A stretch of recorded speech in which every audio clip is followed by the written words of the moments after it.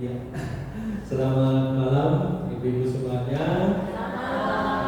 Ya, terima kasih sekali untuk undangan dari GMI Batam, khususnya dari Pendeta Tina ya, sudah mengundang saya untuk bisa berbicara seminar membagikan pengetahuan tentang kesehatan ya, khususnya pada wanita, juga untuk pengurus mungkin ya PWNI ya, yang sudah mengundang saya juga, sangat berterima kasih. Ya, jadi mungkin di sini ada beberapa yang bukan beberapa ya, banyak mungkin yang belum kenal gitu ya. Jadi tentunya nanti akan perkenalkan supaya bisa lebih kenal kita ya. Jadi kita bisa lebih banyak diskusi untuk membicarakan tentang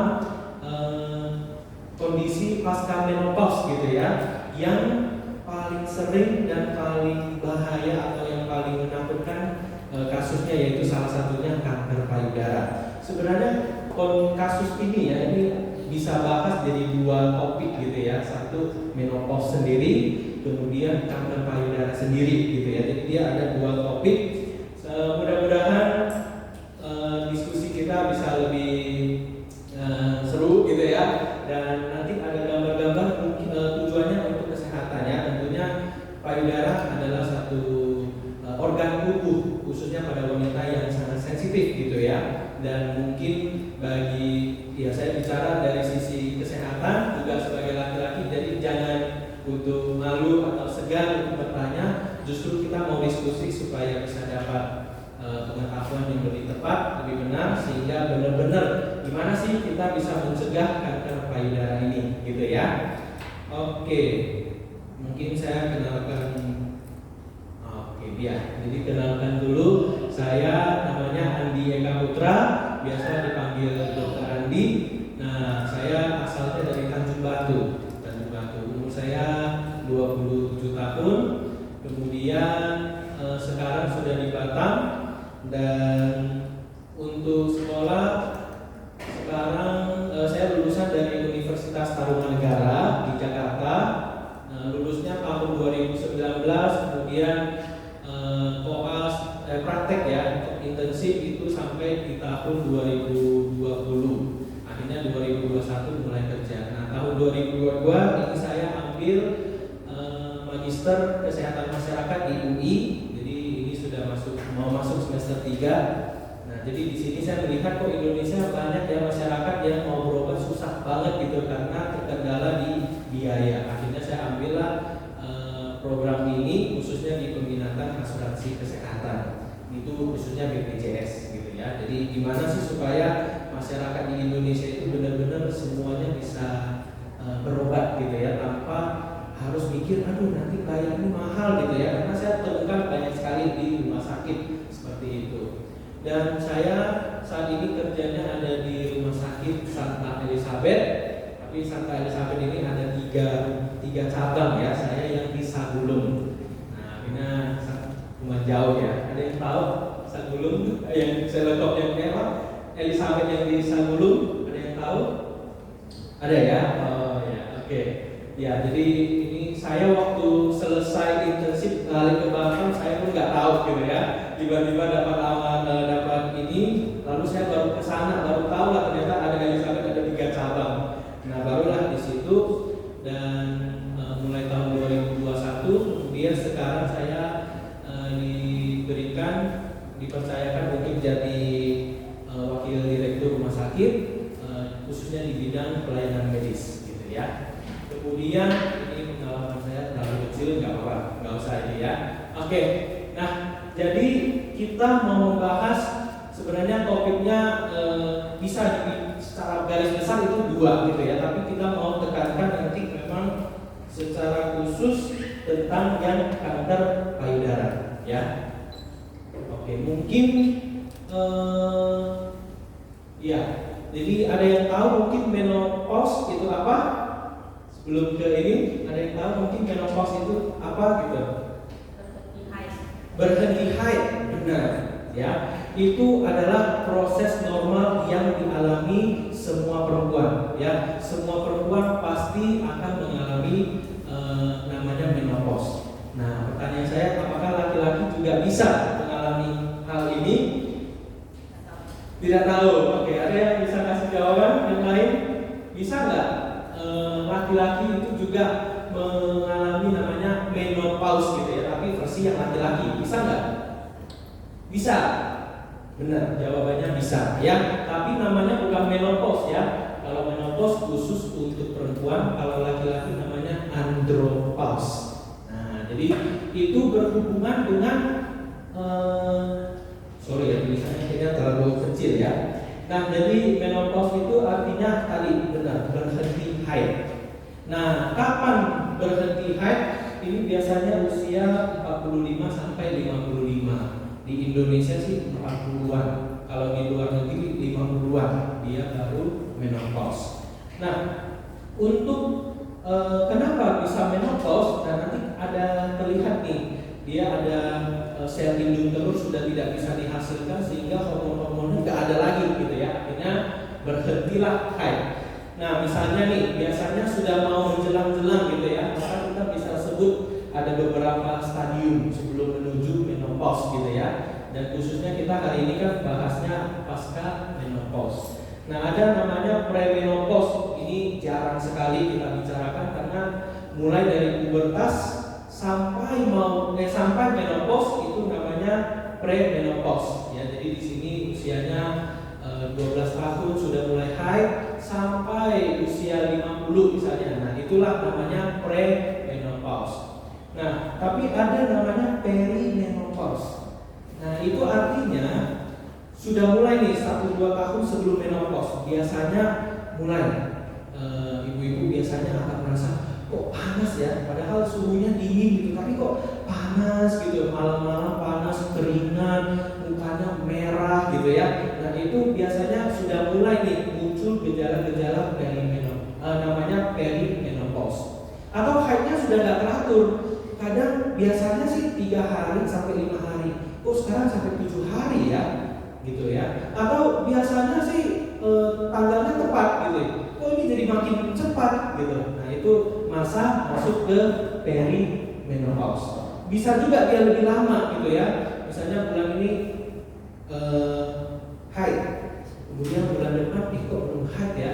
Bulan depan lagi baru muncul dia haidnya. Nah, jadi dia ada gangguan haid. Nah, itu biasa masuk ke perimenopause.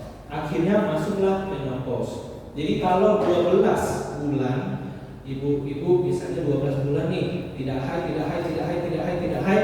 12 bulan berturut-turut, oke, berarti sudah masuk ke menopause. Nah, itulah artinya menopause. Jadi setelah 12 bulan itu ya namanya pasca menopause.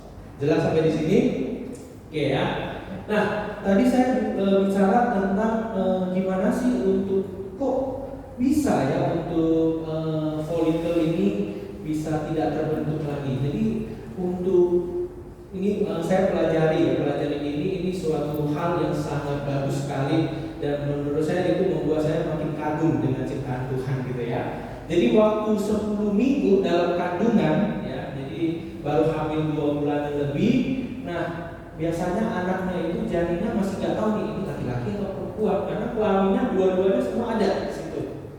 Nah, ketika nanti dia masuk ke 12 minggu, barulah dia sudah mulai karena ini ada hormon laki-laki, maka dia jadilah laki-laki. Oh, ini perempuan, maka jadi dia organ ke perempuan. Nah, yang warna ungu ini. Nah, ungu ini kalau pada laki-laki namanya testis, kalau pada perempuan namanya ovarium, indung telur. Jadi sama-sama waktu janin itu dia posisinya di dalam perut. Pada laki-laki nanti waktu umur belum lahir, dia nanti akan turun sampai akhirnya turunlah ke skrotum, makanya adalah buah zakar. Nah, hal ini kalau perempuan dia turunnya sampai di panggul. Jadi sama barangnya, sama turun. Kalau laki-laki sampai ke lewat yang panggul ini, kalau yang perempuan dia sampai di panggul. Nah, hal ini sangat penting. Kenapa? Karena perempuan ini ada folikel. Jadi kalau kita lihat ya di bagian ujung sini, kalau dipotong dia akan bentuk ini. Nah, bintik-bintik kayak mata-mata ini itu adalah sel telur. Sel bakal sel telur ya, yang akan nanti jadinya sel telur.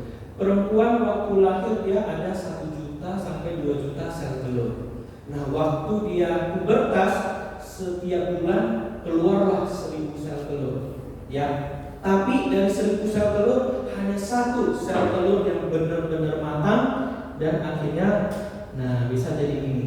Jadi dari 1000 hanya 1 benar-benar yang bisa keluar, yang bisa nanti dibuahi. Jadi ini unik sekali untuk yang perempuan. Tapi kalau laki-laki sama, di bagian testisnya ada ini juga, tapi dia bukannya sel telur gitu ya. Dia akan jadi sel sperma.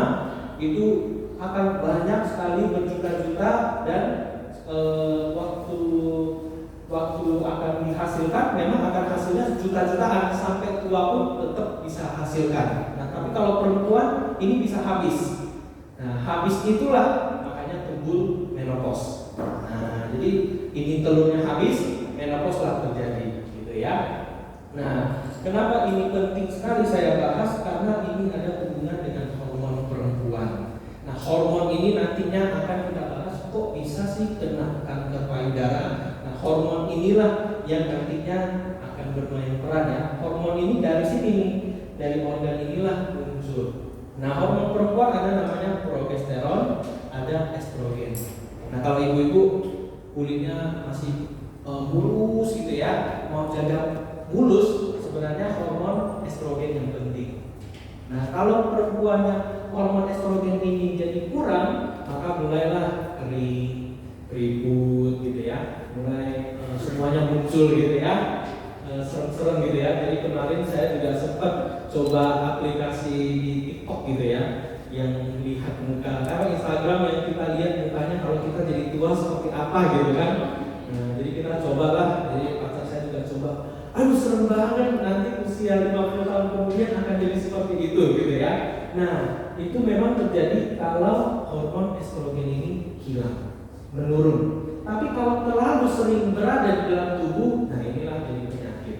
Nah, jadi estrogen ini penting untuk tubuh perempuan, tetapi dia memang ada batas waktu. Jadi jangan kita paksa, supaya saya tetap bisa kulitnya bagus ya, mukanya tidak terlalu keriput, akhirnya saya minumlah obat-obat yang mengandung estrogen. Nah, nanti kita bahas apa bahayanya kalau kita minum obat estrogen, obat-obat yang mengandung hormon ya, itu nanti ada bahayanya.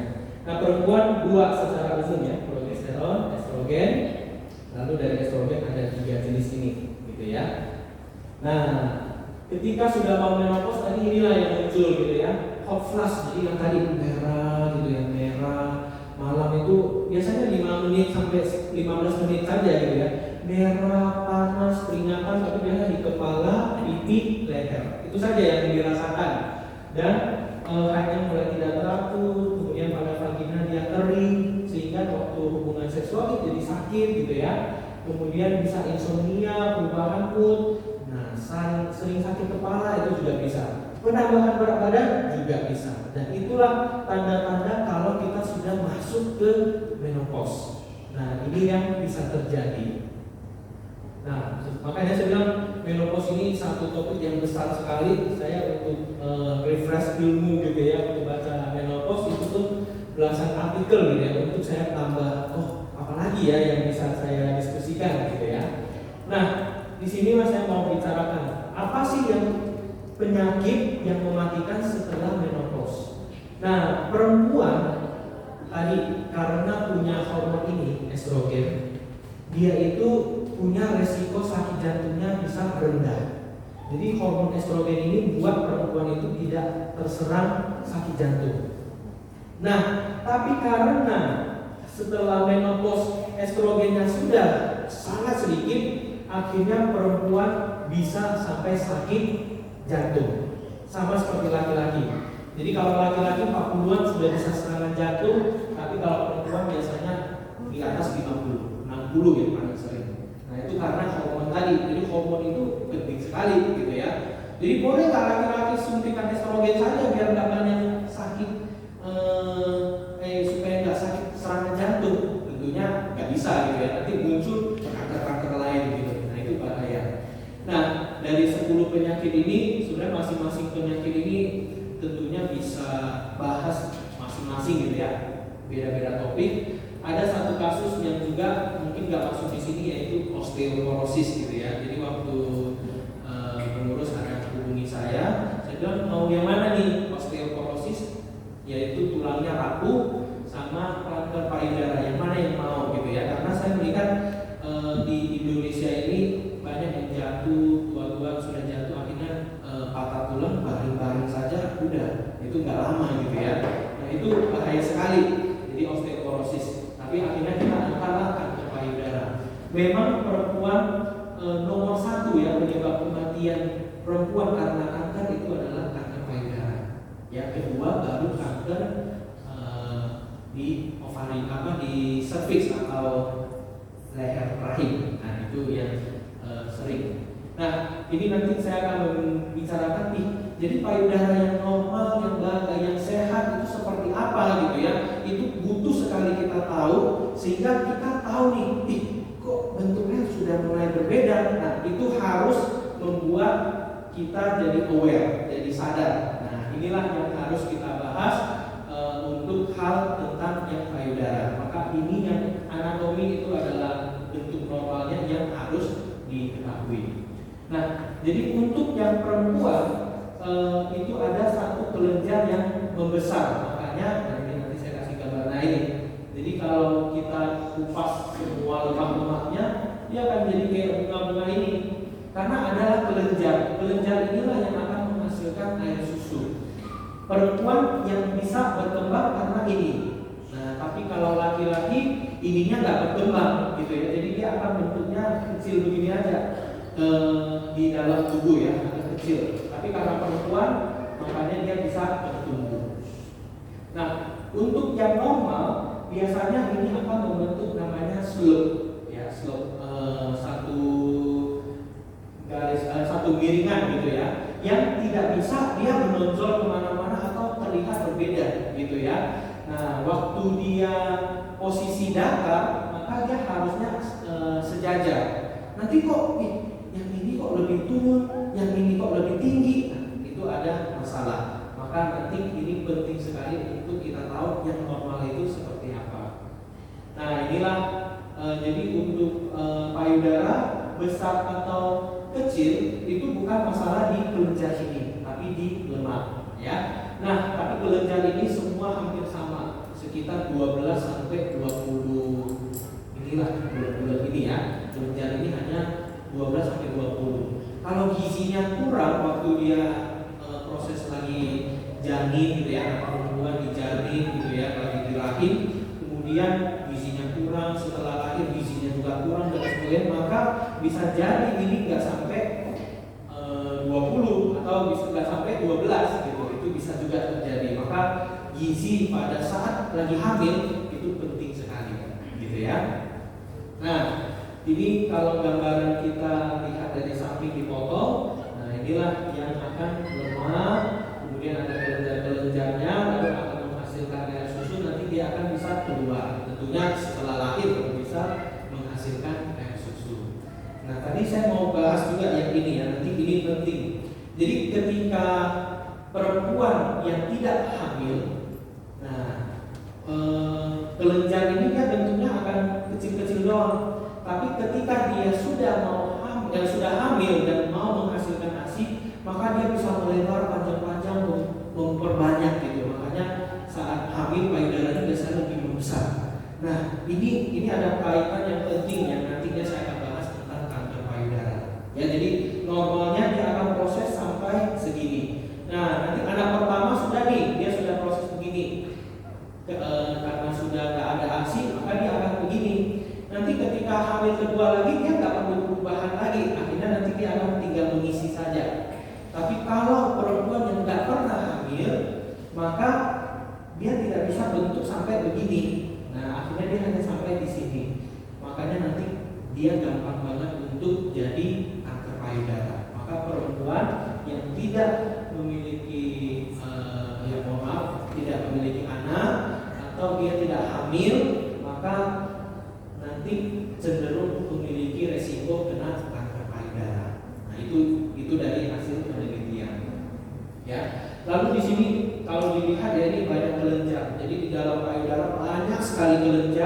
inilah yang membuat kok kankernya bisa pindah ya dari payudara ke otak, ke usus, ke paru-paru, dari kelenjar inilah yang hijau-hijau ini. Ini yang normal. Jadi waktu misalnya nih kankernya ada di sini nih, nah di sini kanker, dia akan lewat jalan ke sini, pindah ke sini, pindah ke sini, pindah ke sini, jalanlah dia ke darah, akhirnya ke otak, sangkutlah di otak, jadilah kanker otak.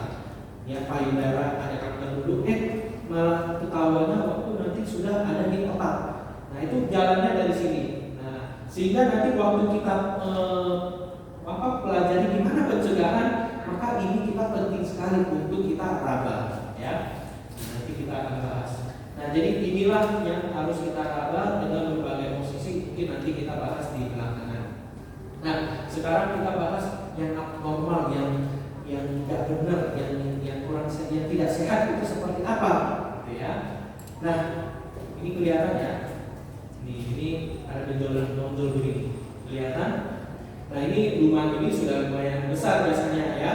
Nah tetapi kita lihat nih benjolannya mulus gitu ya. Nah kita lihat satu lagi, nih ada benjolan juga. Nah kalau ini kan agak bentuknya tidak teraturan, ya agak kelok-kelok gitu ya. Kalau ini dia benjolannya lebih mulus. Nah biasanya benjolan yang lebih mulus lebih jinak. Tapi kalau dia benjolannya sudah bentuknya tidak mulus, itu biasanya sudah cenderung ke ganas atau yang kanker, gitu ya. Jadi kalau ini umum sekali, sering ditemukan pada perempuan, gitu ya. Biasanya setelah mau haid, kok agak bengkak, gitu ya, kok agak sakit, gitu ya. Nah biasanya ini ada muncul. Tapi setelah haid beberapa hari kemudian dia kempes, nah itu normal. Tapi kadang ada yang dia tidak kempes. Nah, lalu solusinya apa? Salah satunya dioperasi, dibuang, gitu ya. Tapi nggak perlu buang semua, cukup buang sekecil ini, gitu ya. Tapi kalau biasanya sudah bentuknya begini, nah itu sudah harus hati-hati. Itu sudah bahaya. Tapi biasanya sudah terlambat, gitu ya, terlambat ketahuannya, gitu ya. Nah, yang penting lagi di sini adalah gambaran di puting susu, ya. Puting susu ini normalnya dia akan menonjol keluar, tetapi kalau sampai dia tertarik, gitu ya, ya tentunya setiap perempuan beda ya. Ada yang memang dia cenderung untuk masuk atau retraksi, bahasa kita medis ya, retraksi dia masuk gitu. Itu bisa. Tapi misalnya nih, biasanya dia menonjol, kok dia malah masuk gitu ya, retraksi, kok ketarik ke dalam gitu ya. Biasanya di dalamnya ada massa, ada benjolan yang membuat dia tarik, akhirnya dia muncul di sini. Makanya tadi saya bilang kita harus tahu nih yang normal itu seperti apa, yang biasanya saya itu seperti apa. Nah itu harus tahu gitu ya. Nah ini yang sudah lebih berat gitu ya, sudah telat ketahuannya sampai benjol dan lain-lain. Tapi memang di Indonesia ini saya udah ada di rumah sakit Jawa, hampir Jawa semua saya udah keliling di rumah sakitnya karena koas. Kemudian di Kalimantan pasien selalu takut untuk periksa ke dokter kalau payudaranya ada sesuatu. Ya, padahal mungkin awalnya jinak gitu ya, tapi karena ditunda, akhirnya sudah jadi ganas. Sudah berat-berat mendatang gitu ya, itu sudah susah sekali gitu ya. Nah, saya juga di klinik saya sendiri ada pasien tahun lalu dia datang. Benjolannya udah besar ya, benjolannya mungkin ada seperti bola pingpong gitu ya, bola pingpong lumayan besar. Cuma saya raba, waduh kok keras sekali gitu ya.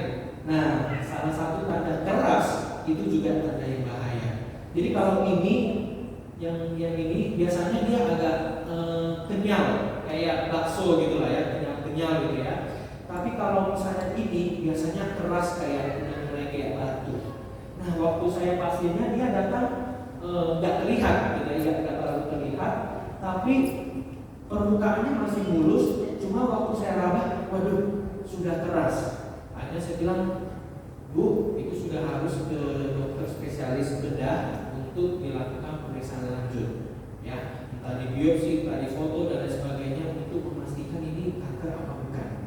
Tapi karena waktu itu dia mengurusi anaknya yang juga sakit, Jadi anaknya juga sakit berulang-ulang karena sakit perut, sudah ke bidan, ke klinik, gak sembuh-sembuh. Akhirnya saya periksa, waduh ini kok beda gitu ya. Menurut saya sih ini suatu yang gak bagus juga gitu ya. Akhirnya anaknya diberesin, dioperasi, ternyata usus buntu karena tuberkulosis.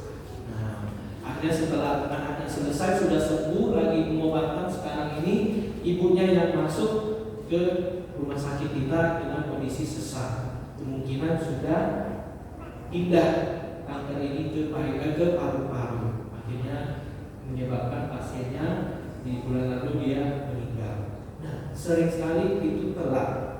Ya, telat itu adalah salah satu kondisi yang sering sekali ditemukan di mana-mana gitu ya. Maka kita jangan sampai telat. Nah, ini juga ada yang sampai dia tertarik ya, retraksi sampai ke dalam. Nah, ini ada juga nih sampai dia merah, tapi biasanya enggak, dia sakit tapi dia enggak ada basah atau apa gitu, dia merah aja. Nah, jadi kadang kita bisa lihat kan, kok warnanya beda ya kali ini gitu. Nah, kita harus sudah hati-hati, harus siap-siap gitu ya, sudah harus periksa, cari pertolongan gitu ya, ke dokter, bisa dokter umum dulu atau bisa langsung ke dokter bedah.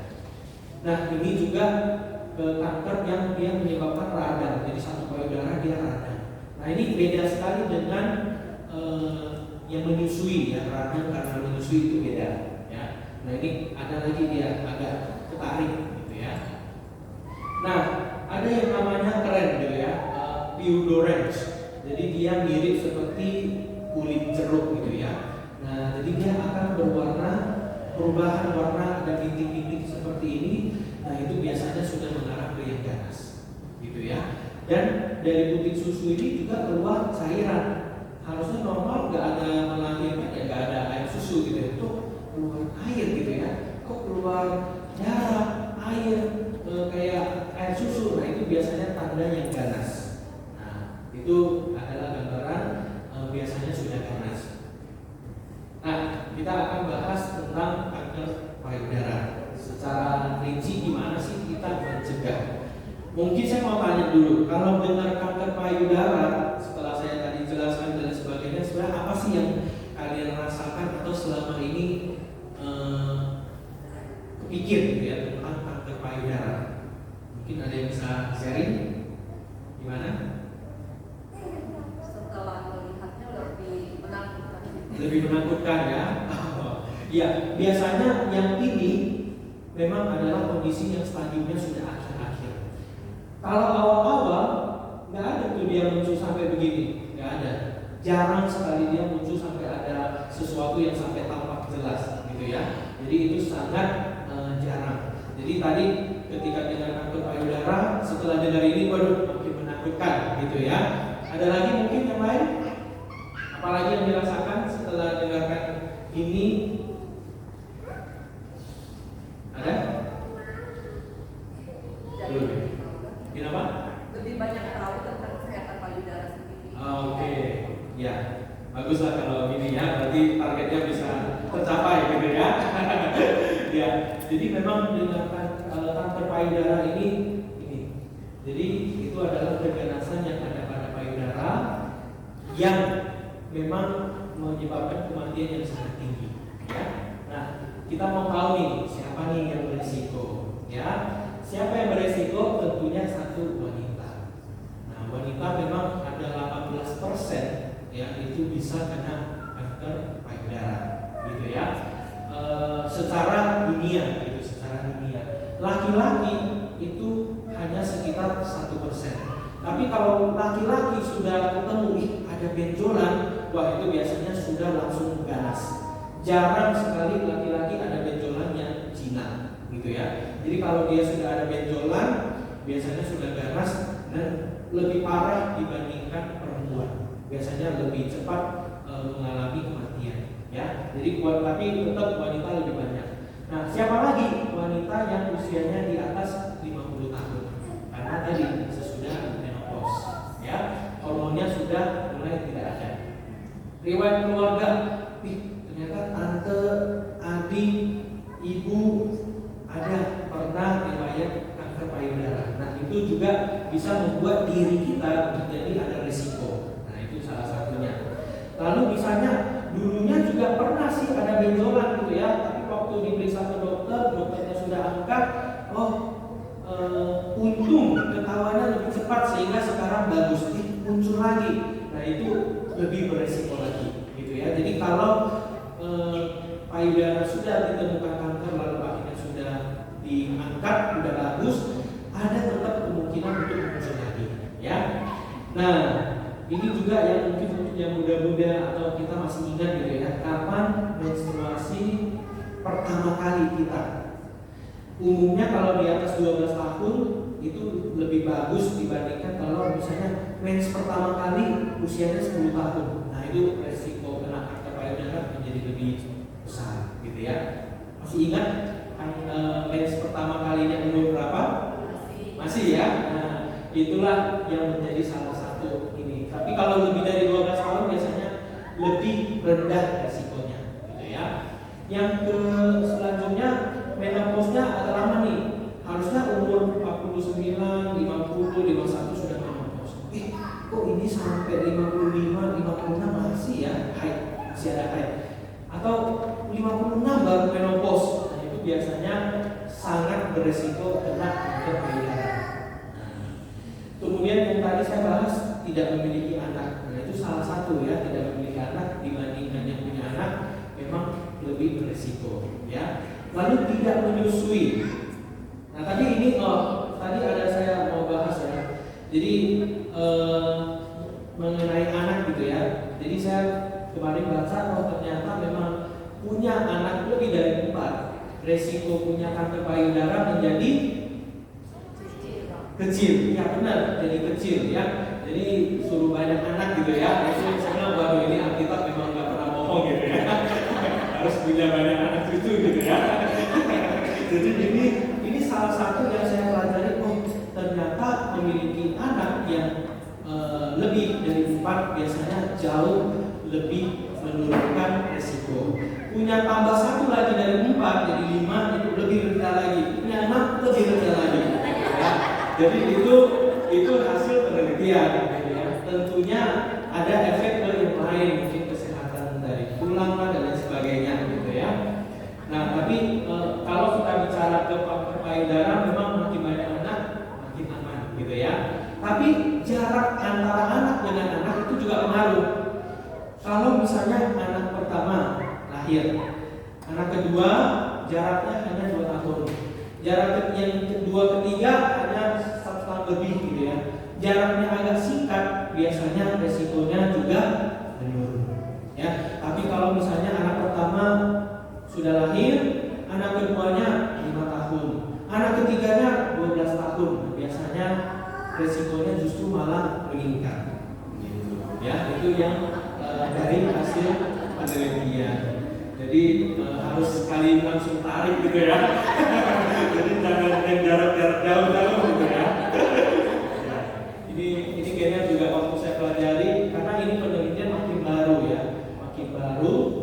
Makin kesini akhirnya saya juga melihat bahwa ini juga untuk planning gitu ya. Untuk planning harus banget untuk memikirkan gitu ya. Apalagi yang muda-muda, nah ini harus memikirkan. Kemudian menyusui.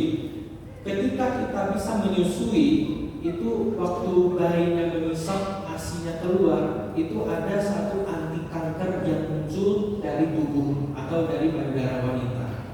Sehingga ketika kita menyusui, maka kanker payudara bisa diturunkan risikonya karena dia ada satu protein ya yang dihasilkan sehingga itu bisa membuat kanker payudaranya makin kecil gitu ya, risikonya makin kecil. Nah, berapa lama harus menyusui? Dari penelitian harus lebih dari 12 bulan. Kalau 6 bulan saja bisa sih, tapi masih kurang. Tapi kalau bisa menyusui sampai lebih dari 12 bulan, resiko ini benar-benar bisa diturunkan. Ya, jadi harus bagi yang masih muda-muda, masih nanti akan rencana untuk punya anak atau sudah punya anak, jangan lupa untuk menyusui, gitu ya.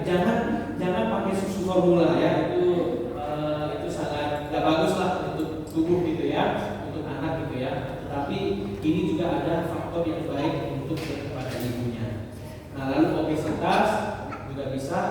Jadi kalau obesitas itu dia akan membuat biasanya yang lebih gemuk ya, cenderung kulitnya enggak sekeriput yang kurus biasanya. Nah ini ternyata ada penelitiannya, karena obesitas itu akan membuat hormon estrogennya jadi lebih banyak. Karena lemak tubuh kita itu dia akan mengubah hormon-hormon lain jadi estrogen, hormon yang lain estrogen, hormon lain estrogen. Nah akhirnya biasanya secara kulit, penampilan dan sebagainya tampak biasanya lebih ada mudaran dikit lah gitu ya. Tetapi ini justru malah meningkatkan resiko kanker payudara. Merokok juga ya. Nah, kanker payudara ini adalah kanker yang paling sering ditemukan dan sangat mengancam nyawa ya. Di Indonesia sendiri sebenarnya dia juara 1 ya, kanker payudara itu juara 1 di Indonesia. Jadi kanker yang juara 1 itu kanker payudara. Nah, lalu kenapa? Karena 80% kasus biasanya sudah telat. Nah, tadi seperti saya bilang sudah telat atau sudah masuk yang stadium lanjut gitu ya. Kenapa juga bisa begitu ya? Karena nggak mengerti gitu ya, takut, medical check up, takut nanti ketahuan gitu ya. Ada benjolan, nggak pernah ngecek, nanti takutnya ganas gitu ya. Nah itu sering gitu ya. Tetapi ingat 90% benjolan di payudara adalah zina. Jadi ketika kita ada meraba, kok ada benjolan, biasanya lebih dari 90% itu adalah zina. Sangat mudah untuk diangkat, buang, selesai gitu ya. Tapi kalau kita tunggu, nah itulah yang masuk menjadi ke kanker. Nah maka gimana sih untuk mengatasinya? Maka strategi nasional penanggulangan kanker payudara Indonesia ada 3 hal yang perlu kita buat gitu ya. 1, promosi kesehatan. Nah promosi kesehatan nama lainnya di kedokteran kita ngomong pencegahan primer. Jadi seperti ini ya, kita berikan edukasi, seminar, nah itu namanya promosi kesehatan. Jadi kita tahu nih gimana untuk jaga sehat, dan periksa, cek tubuh sendiri dan sebagainya untuk mencegah jadi kanker. Ini yang kita lakukan sekarang. Yang kedua, deteksi dini, yaitu pencegahan sekunder. Nah inilah yang nantinya perlu pemeriksaan dari ibu-ibu sendiri ketika sudah pulang, gitu ya. Kemudian yang terakhir baru tata laksana atau terapi ya. Tapi kalau sudah terapi biasanya sudah yang ganas sudah susah gitu ya. Nah, gimana untuk pencegahan primer tadi, yaitu cerdik gitu ya. Sorry agak kecil ya. 1, cek kesehatan secara rutin, C. Kemudian E itu menyiapkan rasa rokok. R itu rajin aktivitas fisik atau olahraga. D itu diet seimbang. I itu adalah istirahat yang cukup. K kelola stres ya. Ini cerdik. Memang ngomongnya sih gampang, tapi kerja melakukan itu yang susah gitu ya. Ya tapi inilah salah satu yang bisa dilakukan. Tetapi untuk kanker payudara yang lebih penting adalah ini, namanya teknik sadari. Pernah dengar sadari? Ada yang tahu sadari itu apa kepanjangannya? Pemeriksaan apa? Ya hampir benar kok. Nama kepanjangannya yaitu pemeriksaan payudara sendiri. Nah, gitu ya, pemeriksaan payudara sendiri, namanya sadari. Ini kalau di luar negeri ya sudah nggak pakai ini, karena menurutnya nggak ada hasilnya, kurang bagus gitu ya. Ini kurang bagus. Tetapi di Indonesia karena fasilitas kurang dan sebagainya, sehingga teknik ini masih diajarkan. Tetapi di Indonesia, di Batam khususnya di Batam ya, untuk foto mamogram itu sebenarnya alat beberapa rumah sakit sudah ada gitu ya. Maka saya juga lebih anjurkan untuk melakukan mamografi screening gitu ya. Tapi tentunya pelajari sadari ini juga bagus gitu ya. Ada pentingnya juga gitu ya. Tapi memang nanti mamografi screening inilah yang bisa memastikan gitu. Nah, jadi semakin kita tahu cepat, semakin dini, semakin cepat kita tahu ada benjolan nih. Nah, maka pengobatannya biasanya lebih bagus. Nah, gimana kita untuk lakukan? Saya buat singkatan. Sebenarnya dia pakai 5 langkah dan 7 7 langkah, 6 langkah terlalu banyak gitu ya. Saya buat supaya gampang ingat gitu ya. 3 tempat. Ya, 3 tempat ini harus dilakukan gitu ya. Di depan cermin, di tempat tidur, di kamar mandi. Nah, kamar mandi sebenarnya mirip lah di depan cermin ya. Kenapa? Karena nanti ada posisi tertentu yang harus dilakukan untuk tahu. Contoh di depan cermin, kita bisa lakukan posisi A. Posisi A itu biasanya begini, ya, lurus. Tangannya dua sisi ke bawah. Lalu kita lihat di cermin, ada nggak berbeda warna, bentuk, dan ada ketarik tadi ya, putih susunya ketarik atau ini payudara kok agak beda posisi gitu ya. Nah itu bisa terlihat. Nah setelah posisi ini kita angkat lagi nih yang posisi B, angkat kepalanya begini. Nah waktu begini, tapi di depan cermin ya, baru bisa kelihatan nih ini waktu angkat ada nggak yang berbeda? Kok satunya lebih turun, satunya atau kok lebih ketarik banget gitu ya? Nah itu bisa menjadi tanda dalamnya ada benjolan gitu ya. Nah lalu yang ketiga yaitu posisi di pinggang. Nah tapi kadang disuruh untuk taruh di belakang pantat gitu ya. Nah itu bisa terlihat kira-kira ada nggak payudaranya bentuknya berbeda gitu ya. Jadi kita bisa dengan posisi ini gitu ya. Nah bisa di 3 tempat. Kemudian nanti di tempat tidur ya waktu baring kita harus posisinya begini ya, posisi begini lalu kita raba. Nanti saya akan kasih tahu gimana proses untuk itu. Lalu di kamar mandi, kenapa di kamar mandi? Nah waktu kita pegang pakai sabun dan sebagainya lebih lembut ya, akhirnya kita bisa meraba lebih dalam, tekan sampai ke dalam sehingga nanti kelenjar-kelenjar, nah kelenjar-kelenjar ini pun bisa keraba gitu ya. Jadi dengan lebih lembut akhirnya kita bisa keraba nih ada benjolannya kira-kira di mana ya gitu. Oke.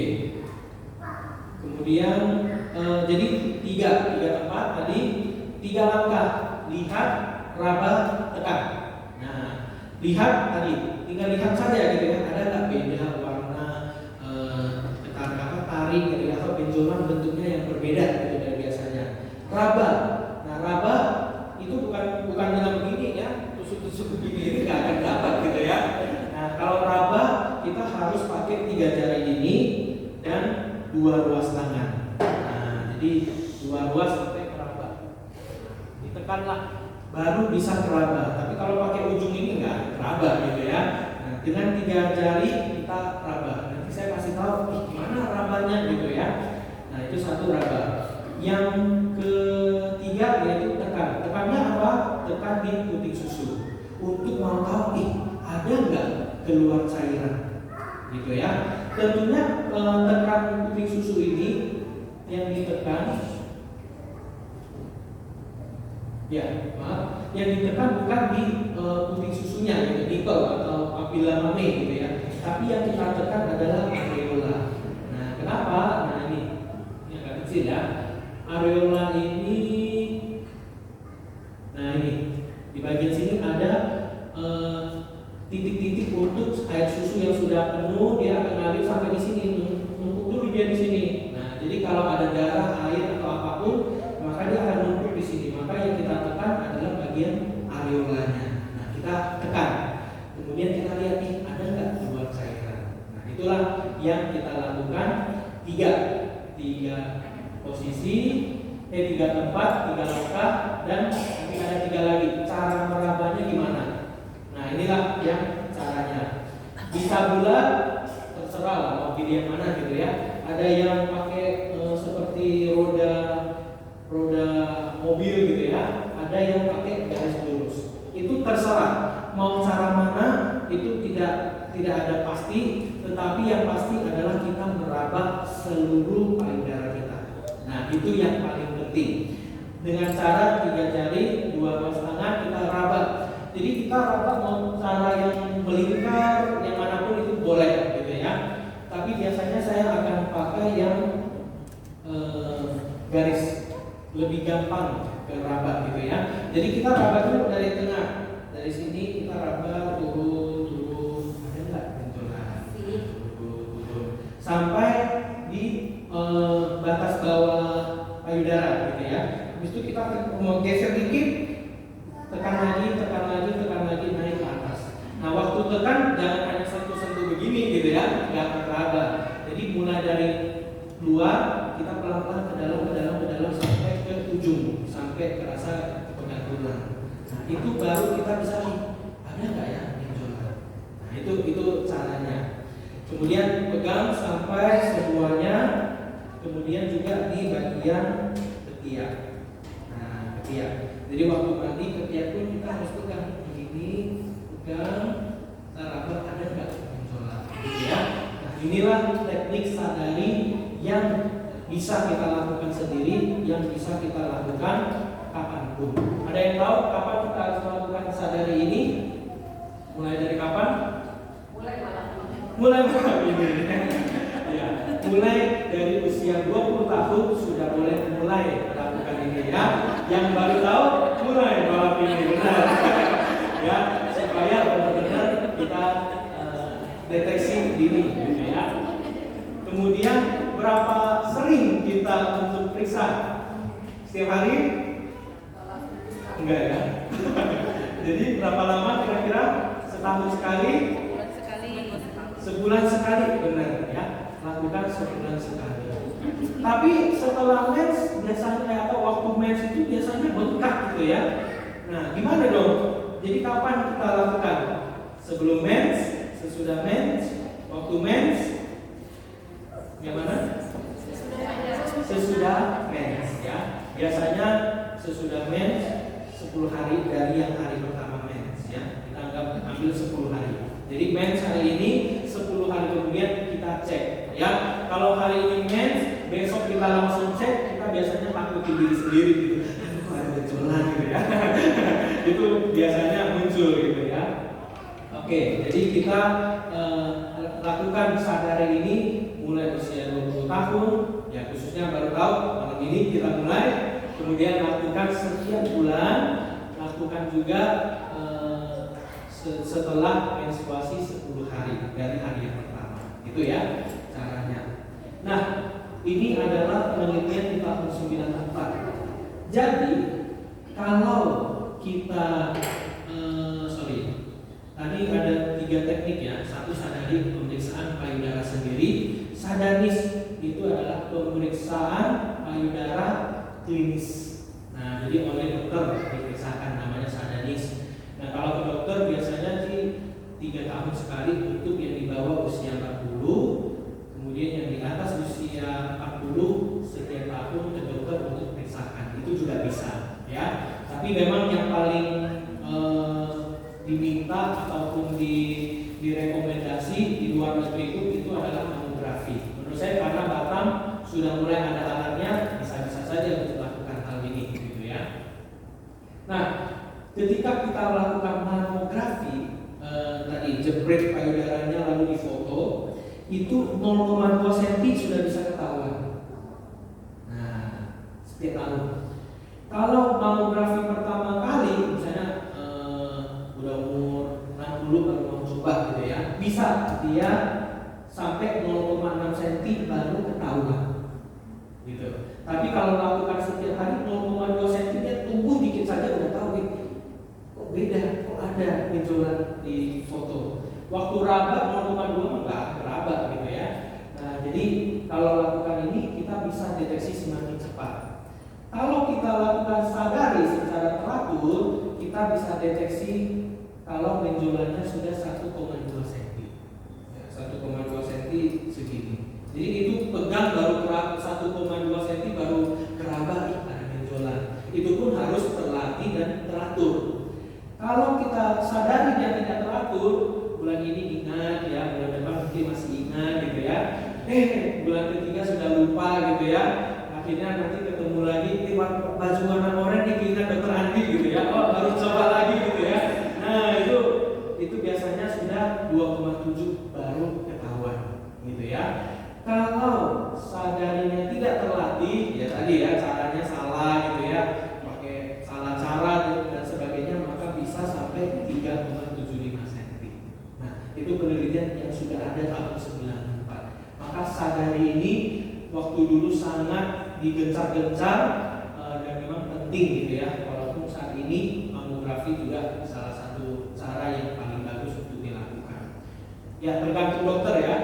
Ada penelitian bilang mulai dari usia 40 tahun periksalah mamografi.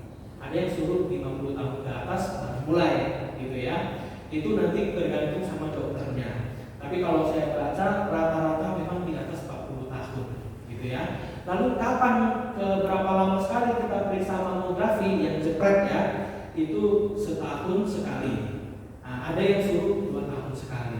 Nah itu karena penelitiannya tergantung dokternya dia ikut kelompok perkumpulan dokter yang mana gitu ya. Karena perkumpulan dokter yang Amerika mereka penelitian 1 tahun sekali mulai dari 40 tahun. Nah mungkin nanti yang Eropa beda, mulai dari usia 50 lakukan 2 tahun sekali. Nah jadi itu beda-beda, tapi itu nggak apa-apa. Yang penting dilakukan daripada kita bingungkan yang ini dokternya yang mana yang benar gitu ya. Daripada mikirkan itu, nah lebih baik kita periksa. Nah kapan ada bahaya tadi? Benjolannya keras, lalu benjolannya kok kalau kerabat, dia kok nggak bisa digeser gitu ya. Jadi kalau ada benjolan dia kayak kita putar ikut kemana dia kemana gitu ya. Ada yang dia nempel banget, keras sudah nempel lagi. Nah itu biasanya sudah tanda bahaya, artinya sudah keganas. Lalu tadi benjolannya tidak menghilang, lalu ada purulence yang kayak jeruk tadi, kulit kelupas, diputing susu kok kulitnya agak kelupas-kelupas gitu ya. Kemudian bentuk puting susu berbeda, lalu keluar cairan, nah itu adalah tanda yang bahaya. Ya, jadi dari sadari ini kemungkinan bisa menemukan ini. Tapi tentunya yang kita harapkan tadi, ini ya, sebisa mungkin, secepat mungkin kita deteksi ukurannya sekecil mungkin gitu ya. Oke, mungkin ini saja dari saya untuk pemaparan tentang kanker payudara. Ya, tentunya itu banyak sekali topik yang sebenarnya bisa bahas. Mungkin nanti kita di sesi tanya jawab ya untuk membahas ini. Dan ketika ada masalah jangan ragu untuk tanya gitu ya. Jangan malu, jangan takut untuk ditanyakan, atau juga bisa hubungi ke saya. Kemarin waktu bulan kapan ya yang kita bahas sos ya? Bulan 4 ya. Nah, kemarin juga ada ibu-ibu yang kemarin juga periksakan yang payudaranya dan sebagainya. Ya, lebih bagus untuk berani ngomong gitu ya, Dok, tolong dong untuk cek dan sebagainya daripada kita tunda-tunda dan sebagainya gitu ya. Nah, jadi butuh kita segera mungkin ketika menemukan kelainan segeralah untuk bisa minta pertolongan dari dokter supaya kita bisa deteksi cepat, tangani lebih cepat. Ya, mungkin ini saja penyampaian saya. Mohon maaf kalau ada salah kata-kata, terlalu vulgar sampai malu dan lain sebagainya. Mohon maaf, tapi ini kita ambil dari sisi kesehatannya, gitu ya. Mungkin sekian, terima kasih. Saya kembalikan ke atau langsung tanya jawab atau gimana? Boleh nanya satu? Oh iya, silakan. Dokter, saya termasuk payudara kiri ada benjolan dari anak gadis sih. Terus saya memang malu periksa namanya gadis ya. Akhirnya sampai punya anak 3 saya datang-datang ditemenin Muse Eli. Ayo kamu harus periksa gitu loh. Kami ke dokter Pinkan. Dokter apa namanya? Dia bilang itu hanya kelenjar, nggak masalah gitu. Itu perlu nggak dioperasi keluar? Oke, ya terima kasih untuk pertanyaannya ya. Tentunya ketika ada benjolan yang salah satunya yang bisa dilakukan yaitu USG dulu atau kita lakukan pemeriksaan dulu gitu ya. Karena kelenjar tadi saya bicarakan kelenjar itu banyak sekali di payudara tadi ya, banyak sekali. Nah kita mau tahu nih kelenjar ini ada nggak asalnya dari mana? Nah itu perlu. Tapi kalau dia sudah lama biasanya bisa bentuknya kista, bentuknya yang jinak-jinak karena udah lama nggak membesar. Jadi kalau kita ada benjolan satu, yaitu kita mau tahu nih makin membesar nggak? Nah itu yang penting. Kok bulan makanya teknik sadar ini penting gitu ya. Bulan ini bisa cek, oh ukurannya hanya segini. Bulan depan cek, oh masih segini. Sampai tahun depan pun cek masih sih segini gitu ya. Artinya dia pasti jinak gitu ya. Mau buang nggak buang itu memang pilihan gitu ya. Tetapi dari dokter biasanya kita akan anjurkan buang saja daripada kita tunggu sampai dia berubah baru kita heboh gitu ya. Itu telat gitu ya.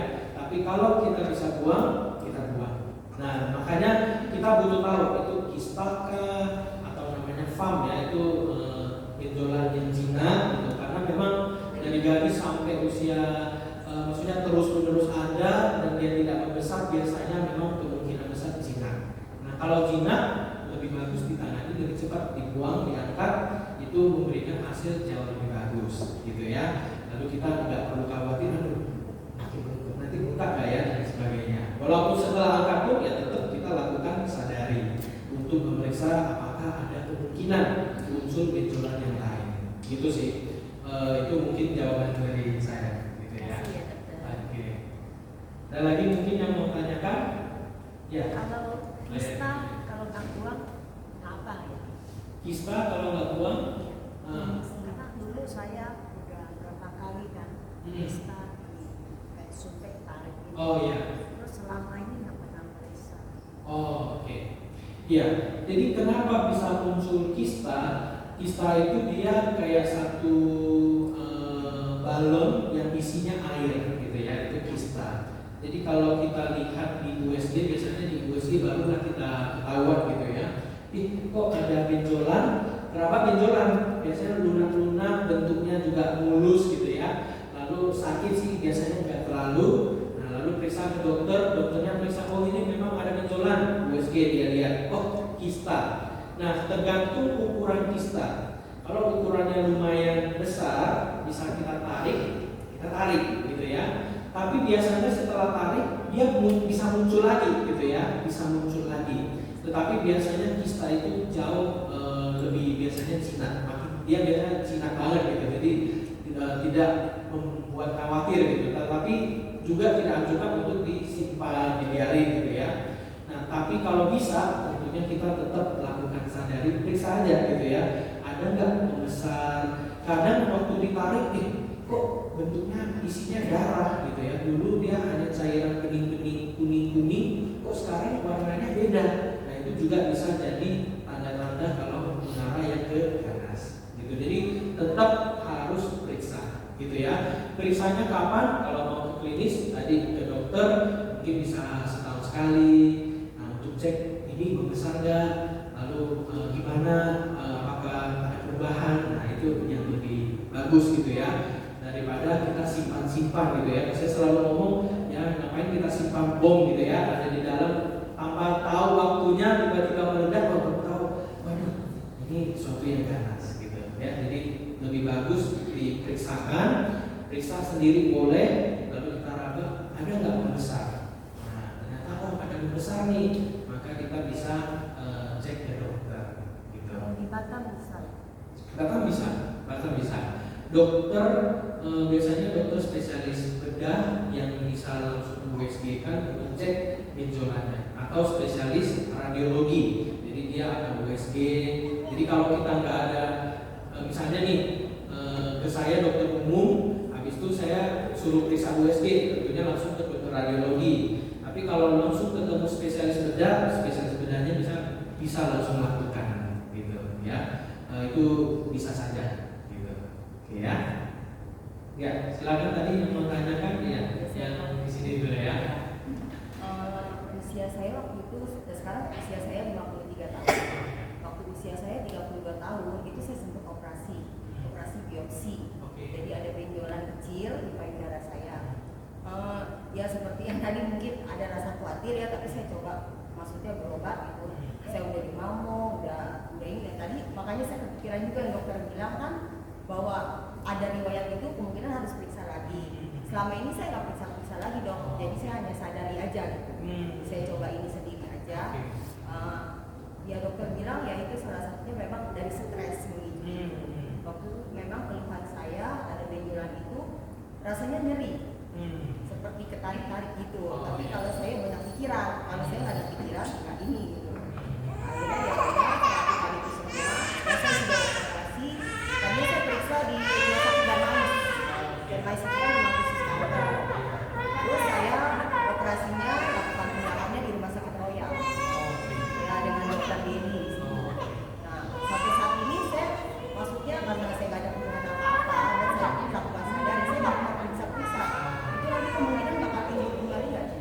Iya, terima kasih untuk sharingnya ya Bu. Jadi kalau pertanyaannya bisa lagi nggak muncul kembali, bisa-bisa saja, itu bisa ya. Tapi udah bagus sekali, itu sudah lakukan sadari terus secara teratur. Tentunya kayak tadi, kalau lakukan teratur, tetap bisa keraba kok ada muncul, tapi biasanya sudah satuan senti gitu ya, baru kita keraba. Nah, tentu lakukan sadari. Kalau misalnya memang tidak menemukan hal yang benjolan-benjolan, sebenarnya tidak perlu terlalu khawatir. Satu itu.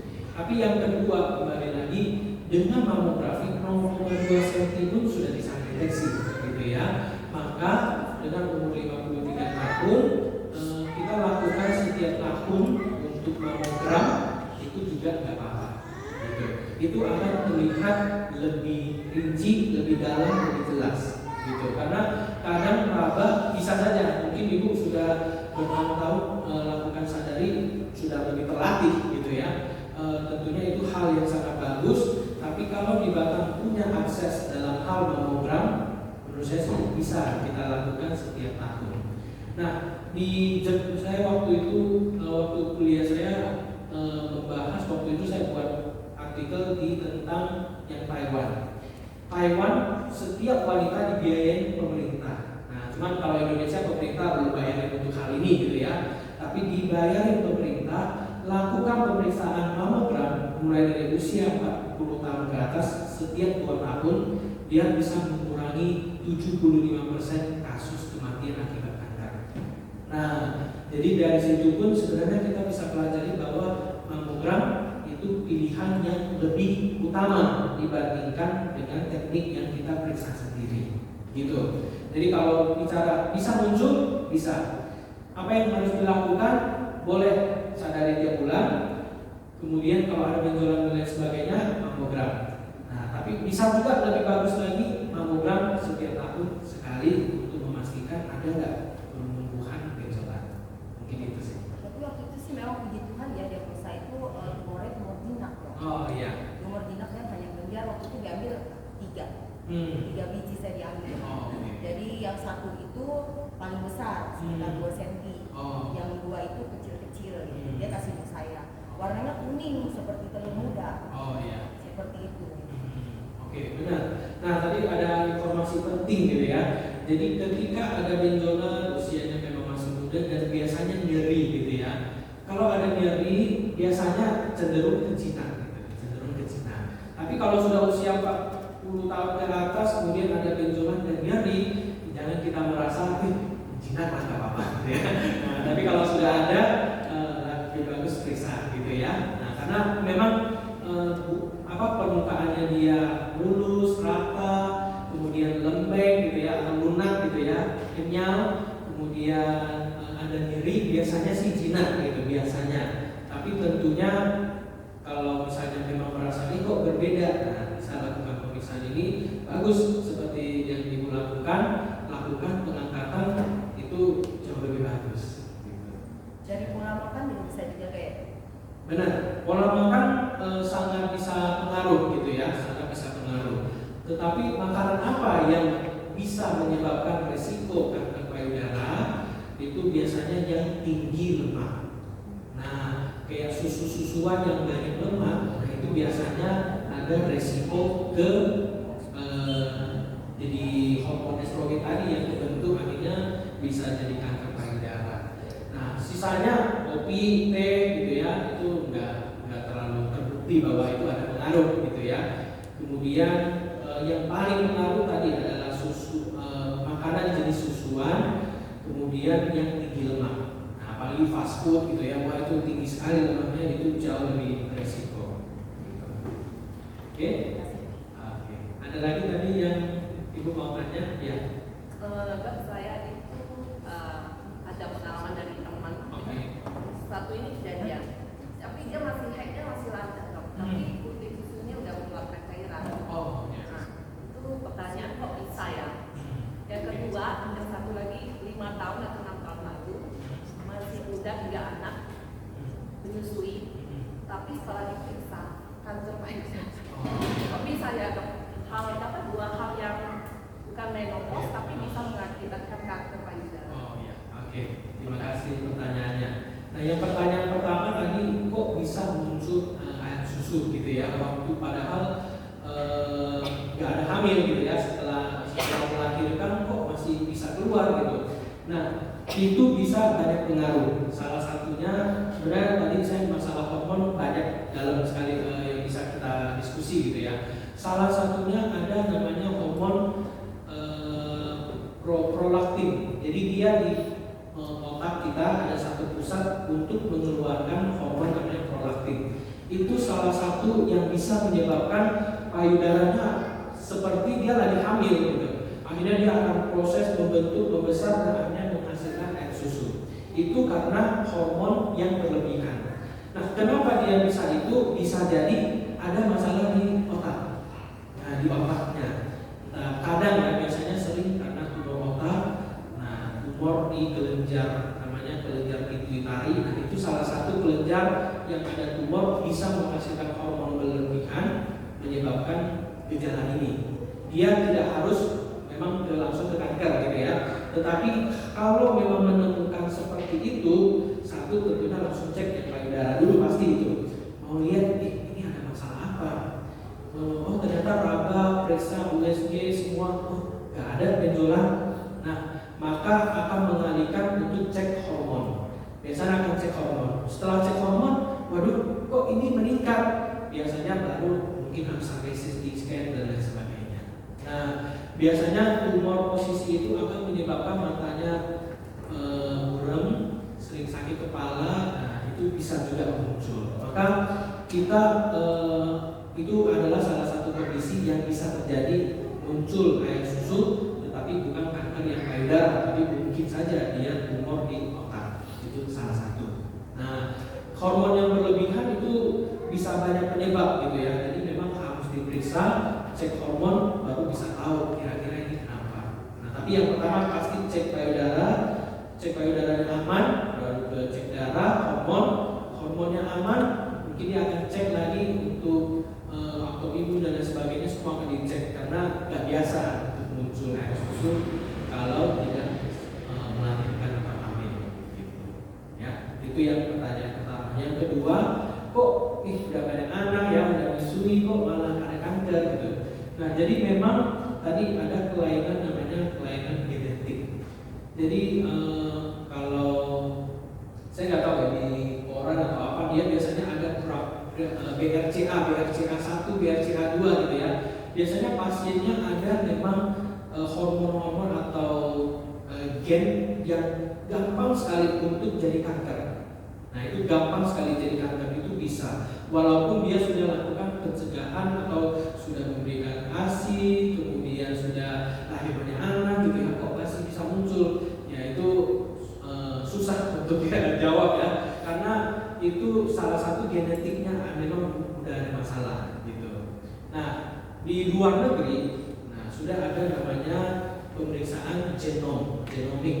Itu bisa langsung deteksi, misalnya cek darah, ambil darah, langsung muncullah, oh saya ini ada resiko kena ini. Dari semua ini, saya ada obat yang paling cocok untuk mengatasi ini. Nah, dia bisa. Nah, jadi satu orang, satu obat, satu tindakan. Jadi nggak ada semua bisa sama. Nah, itu yang dikembangkan di luar negeri. Tapi di Indonesia masih belum gitu ya. Jadi itu salah satu yang muncul. Karena kenapa bisa tumbuh kanker itu pun sampai sekarang nggak bisa kasih jawaban gitu ya. Di luar negeri orang Chinese yang tinggal di China sama orang Chinese yang tinggal di Amerika, justru orang Chinese di Amerika lebih beresiko kena kanker payudara. Mereka juga bingung, lah kok bisa? Nah, salah satunya mereka buat penelitian, bisa karena di kota besar nggak mau terlalu banyak anak. Yang kedua stres, polusi udara, radiasi dan lain sebagainya, itu semua bisa. Nah, tetapi memang tidak ada satu jawaban pasti kok bisa muncul kanker itu. Nah, itu salah satu penyebab ya ibu itu bisa mengalami kanker payudara. tentunya semakin stadiumnya masih awal-awal lakukan tindakan itu bisa memberikan hasil yang lebih bagus. Gitu. Oke, ada lagi yang mau tanyakan? Iya, silakan Ibu. Iya. Kanker lipoma. Oke. Ya, lipoma itu biasanya bukan belum masuk kita disebut sebagai kanker karena biasanya dia benjolan pada lemak sifatnya jinak. Nah, jadi lemak kita dia tumbuh gerombolan akhirnya dia jadi bentuk tumor. Tapi biasanya dia jinak.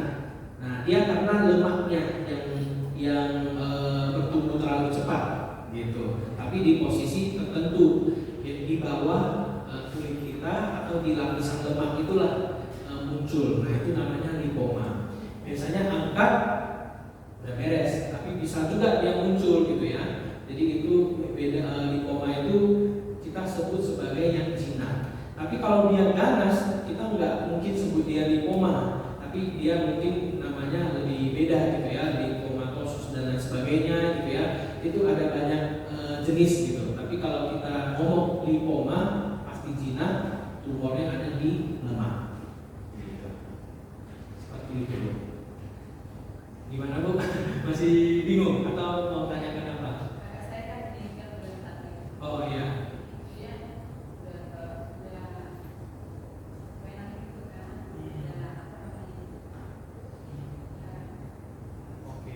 Ya, kalau lipoma jarang sampai buat meninggal itu sangat jarang. Kemungkinan ada tumor ganas pada lemak sehingga memang mungkin supaya gampang yaitu lipoma gitu ya tetap disebutkan.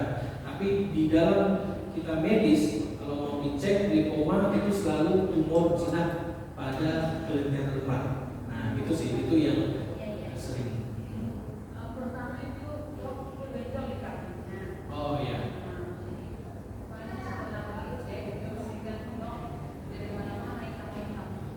Oh, sorry Bu, lipoma atau limfoma? Nah itu beda. Oh iya. Kalau limfoma itu keganasan memang yang lebih ganas. Itu sudah kanker di kelenjar. Nah kalau muncul di kaki lalu ada di mana-mana kemungkinan limfoma. Nah limfoma itu memang lebih ganas dan biasanya memang lebih mematikan gitu ya. Tapi kalau lipoma, nah itu enggak. Gitu. Jadi kemungkinan limfoma kalau yang sampai buat kematian seperti itu ya. Nah, jadi itu kasus yang sangat jarang. Oh, iya iya. Ya kemungkinan sih limfoma kalau misalnya sampai kemo kemudian lakukan berbagai terapi itu biasanya limfoma. Nah, jadi beda limfoma, lipoma. Ya. Jadi kalau lipoma biasanya jinak nggak pernah buat sampai kematian. Gitu. Ya kemungkinan besar limfoma. Oke, ada lagi yang mau tanyakan? Oh ya. Mau tanya tapi takut. Oh ya. Itu pertanyaannya. Biasanya perempuan kalau datang haid itu kan mereka ada yang sakit kan luar biasa gitu. Itu normal nggak sih? Iya. Sampai kulit-kulit. Oh, Bisa ngapa-ngapain gitu? sakit perutnya. Oh, bukan sakit payudara sampai guling-guling ya. Saya mikirnya sakit payudara sampai guling-guling. Ya, kalau untuk itu memang dia ada masalah di hormonnya agak sensitif gitu. Jadi di rahimnya ada tubuh kita waktu haid itu keluar hormon estrogen. Nah, estrogen itu terlalu tertangkap oleh si rahim. Akhirnya dia mengeras atau kaku sehingga itu dia akan menyebabkan ketegangan rahim, menyebabkan nyeri perut. Nah itu bisa. Nah itu kalau kita bicara penyakit yang lebih ini mungkin salah satunya PCOS. Nah PCOS juga salah satu hormonnya berlebihan, kemudian biasanya waktu haid agak berantakan dan biasanya nyeri. Nah itu salah satu juga. Tetapi kalau untuk itu tentunya memang kita harus periksa. Jadi adik saya waktu itu dia setiap kali haid 1 sakitnya yang luar biasa juga, gak mau ngapa-ngapain, maunya baring dan lain sebagainya. Habis itu saya periksa perut dan lain sebagainya, memang tidak meraba apa-apa gitu ya. Akhirnya saya bilang gak apa-apa, kita periksalah dokter kandungan untuk USG. Setelah USG diukurlah semua ukuran uterus atau rahimnya dan lain sebagainya, hidung telur semuanya tidak ada masalah. Nah berarti dia memang hanya sensitif terhadap hormon estrogen. Tapi kalau misalnya menemukan kok ada yang berbeda, PCOS dan sebagainya, nah itu salah satu yang bisa buat nyeri juga. Gitu. Nah itu salah satu. Ya. Oke. Jadi kalau misalnya untuk hal itu bicara normal nggak normal, ya kita harus periksa dulu gitu ya, nggak bisa langsung, normal ini nggak apa-apa gitu ya. Jadi udah jadi dukun nanti kan. Ada lagi yang mau ditanyakan? Iya silakan.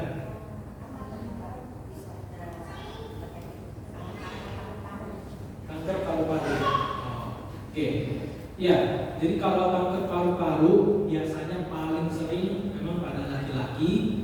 Lalu penyebabnya rokok itu yang nomor 1, itu rokok. Nah, jadi rokok itu akan membuat saluran nafas kita itu berubah. Jadi saluran nafas kita itu dia ada rambutnya, namanya sibia. Nah, rambut ini dia akan geraknya itu naik lift, kayak naik ke atas gitu ya. Jadi kalau ada lendir air gitu dia akan naik untuk naikin lendir. Tapi kalau rokok kebanyakan sel-selnya itu salurannya berubah. Dia nggak lagi yang punya rambut-rambut, tapi dia akan yang gepeng-gepeng. Akhirnya itu nantinya bisa berpotensi jadi kanker paru-paru. Oh ya, perempuan ya. Oh, itu bisa selain daripada tadi yang rokok, yang kedua polusi udara. Nah, itu memang polusi udara kayak di Jakarta, di China itu besar sekali ya, tinggi. Kalau di Batam masih lumayan tinggi gitu. Tapi itu salah satu juga ya. Bisa dari rokok, bisa dari asap rokok dari orang lain yang kita hirup, itu bisa juga ya. Lalu polusi itu juga bisa. Nah, kanker payudara juga banyak, kanker paru-paru juga banyak banget yang jenisnya. Maka itu tentunya juga akan menentukan kira-kira penyebabnya apa. Nah, jadi kalau kita bicara kanker kayak tadi, kita nggak ada tahu satupun kok bisa muncul kanker di tubuh kita dari ujung kepala sampai ujung kaki muncul kanker, kita nggak tahu kenapa secara pasti. Ya, tapi kita tahu kira-kira karena ini mungkin bisa jadi. Karena merokok ada 5 kali lipat kemungkinan itu jadi kanker. Karena polusi ada 3 kali lipat jadi kanker. Karena makanan ini ada 2 kali lipat jadi kanker. Nah, jadi itu hanya bicara kemungkinan, tetapi bukan berarti orang itu sudah pasti 100% seperti itu, gitu ya. Jadi kalau kanker paru-paru pada perempuan kok bisa kena, ya bisa banyak hal gitu ya. Dari polusi udara, asap rokok yang dia terima, atau dia memang ada penyakit paru-paru yang lain sehingga gampang jadi kanker, virus tertentu itu juga bisa. Oke? Ada lagi? Oh ya, silakan. Ya, saya mau tanya. Berarti kan salah satu faktor kena penyakit kanker adalah riwayat keluarga ya. Let's say that misalnya mama saya punya kanker, itu pasti diturunkan ke anaknya atau gimana? Satu pohon itu gimana dok? Maksudnya secara medis kenapa bisa kena? Dan seandainya nih kedeteksinya kita nih udah sadari ya, dan ada benjolan tuh, itu biasanya di step medis tuh pertama kali dilakukan apa dok? Apakah biasanya mamogram? Setelah itu apakah diangkat atau gimana? Biasanya pertama kali apa? Ya, jadi kalau misalnya ada riwayat keluarga, misalnya ibunya yang punya, mamanya yang punya kanker payudara ya. Jadi kenapa anaknya bisa juga? Biasanya itu masalah tadi waktu pembuahan gennya sih udah diturunkan. Nah, jadi gennya misalnya mamanya itu ada gen tadi namanya BRCA1 misalnya. Nah, BRCA1 ini mungkin nggak akan ketahuan dengan orang yang nggak pernah cek genomik tadi gitu ya. Nah, waktu dia turun ke anaknya, BRCA1 ini juga muncul di anak perempuannya. sehingga anak perempuan itu punya gen yang ada BRCA1-nya. Nah, akhirnya ini bisa berpotensi lebih gampang punya kanker. Nah, itu salah satu. Itu kalau dipelajari genomik, wah itu ribuan gen yang mungkin bisa menyebabkan sampai kanker. Tapi memang BRCA1, BRCA2 itu yang paling sering. Nah, itu salah satu kenapa turunan itu bisa. Karena BRCA ini dia nggak gampang untuk cari ya. Dia harus periksa darah, periksa alat dengan DNA dan lain sebagainya. Jadi memang bukan langsung cari gampang gitu, tapi dia cari dengan mesin yang sangat canggih baru bisa ketahuan gitu. Jadi keturunan ini biasanya kita ngomong secara singkat kelainan genetik gitu. Nah, kalau sudah ada nih benjolan, kita sadari ada benjolan, lalu kita periksa ke dokter. Ke dokter tergantung tadi dokter umum, dokter spesialis. Ke dokter umum hanya memastikan oh ya ini benar ada benjolan. Maka dokter umum biasanya suruh ke radiologi untuk dicek di USG. Nanti USG-nya akan dikeluarkan hasilnya baru kita baca. Kalau usianya masih 40 tahun ke bawah atau 40 ke 50 biasanya memang masih USG. Nah, lebih sering gitu ya USG karena jaringannya terlalu padat dengan mamogram dia kurang kelihatan. Maka kita biasanya USG. Nah, setelah USG ketemu nih, oh benar ada benjolan. Maka dokternya akan suruh ke dokter bedah. Dari dokter bedah itu biasanya bisa paling sering biopsi namanya. Jadi ditusuk, tarik dikit, lalu dilihatlah di bawah mikroskop. Oh, ini jinak, ganas, atau apa? Nah, setelah dari situ barulah dia tentukan. Oke, ini jinak nih, angkat. Nah, berarti angkat, memilih angkat atau enggak itu dari pasien juga gitu ya. Itu salah satu. Kalau langsung ke dokter spesialis, mungkin dia akan langsung USG atau suruh mamogram sesuai dengan usianya, diperiksa. Oh, memang benar ini ada benjolan, maka dia langsung lanjut untuk biopsi. Jadi kalau langsung ketemu spesialis yang lebih tepat sesuai, maka prosesnya lebih singkat gitu ya. Tapi kalau pakai BPJS ya mungkin harus step itu sampai ke dokter spesialis. Mungkin itu sih. Oke ya. Ada lagi? Cukup? Oke, mungkin terakhir tadi untuk pemeriksaan yang paling mudah bisa kita lakukan untuk mencegah kanker payudara adalah sadari ya. Perpanjangannya Periksa payudara sendiri. ya, oke. Periksa payudara sendiri ya. Caranya 3-3-3 ya.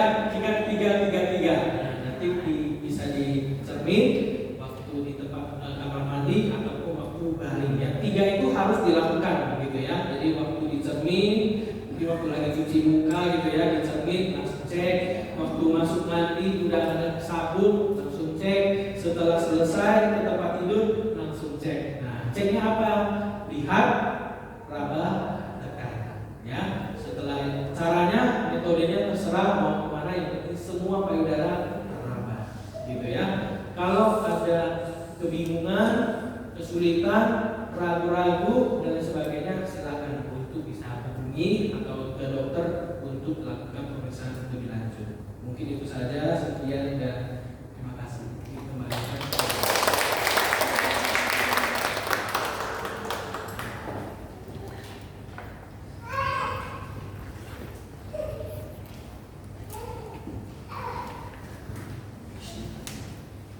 Ya, terima kasih banyak.